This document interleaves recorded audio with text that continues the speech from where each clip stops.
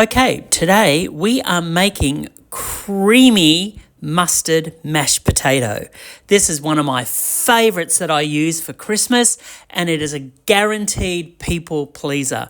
So what you can see I'm doing is I'm just getting some potatoes, I'm chopping them up, and I'm going to put them into a pot. I've got about 700 grams here, and what I've done is I've peeled them, and then you can see how I'm slicing them. I'm making sure they're pretty close to a similar size so that they all cook relatively at the same time. You're wanting to make sure that when you are cooking your potato, especially like this, you don't want some that are going to be cooking quicker than the rest. So once I've got some water in there, you can see there, the other thing I'm going to do is I'm going to put some salt in there. Now, it's important to salt your water with your potatoes. And what I've done here is those potatoes, I've rinsed them a couple of times in the water just to get all of the surface starch out of there.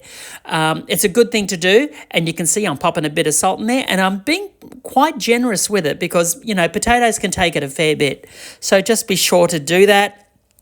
And then what we're going to do is we put it on the stove, put it on high, and get it to a boil, but leave the lid on until it boils. The last thing you want to do is just put your potatoes on the stove with the lid on and just leave it alone. I've got this handy little tool. Now, a lot of people use a potato masher. Here, I've got a thing called a potato ricer. This thing is a lifesaver. It can do heaps of stuff for you, and it mashes it all immediately.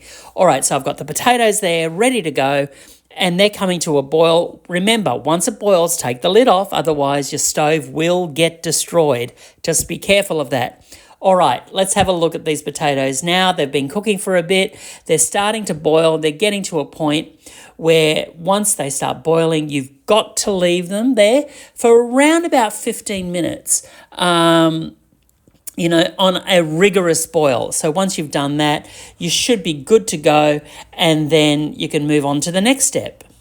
So you can see here that the potatoes have healthily boiled. They're ready to come off the stove.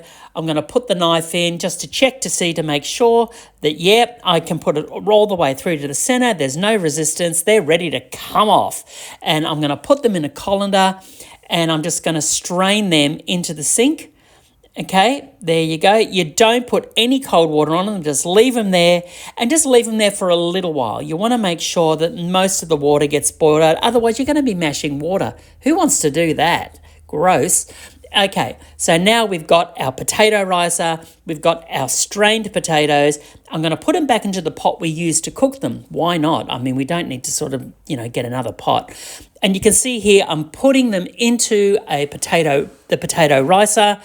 I'm just putting a couple in at the time, put the thing over and just press it down and watch the magic happen. Look at that. Okay, wow, right away it's come through there and it's ready to go. That's it. That's your mash for those potatoes done.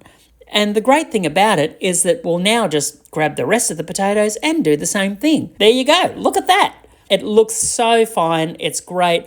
I've got the spoon in there now, and now what I'm going to do is I'm going to add some cream. Now, a lot of people would use butter and then milk. By using cream, you're sort of killing two birds with one stone. And it's very rich, it's beautiful. So you've got the butter fat of the cream, plus you've got that consistency.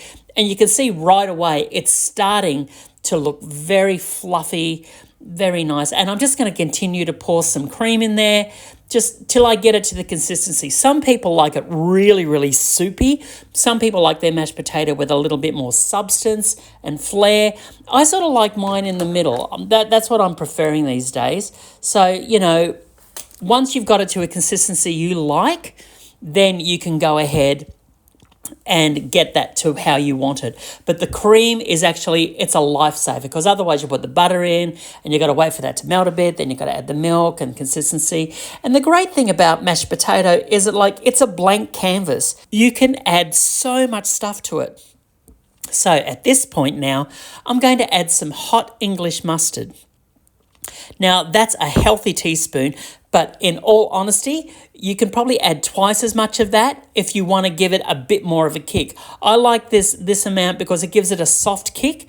And the one thing you can do is you can season it further with more salt. I like to wait until the rest of the dinner's served, because if you salt too much, then everything can end up being too salty, and we keep getting told that there's too much sodium in our lives. So let's not really sort of deal with that, shall we? You can see I've blended that mustard mash in, and it is basically ready to go. Enjoy.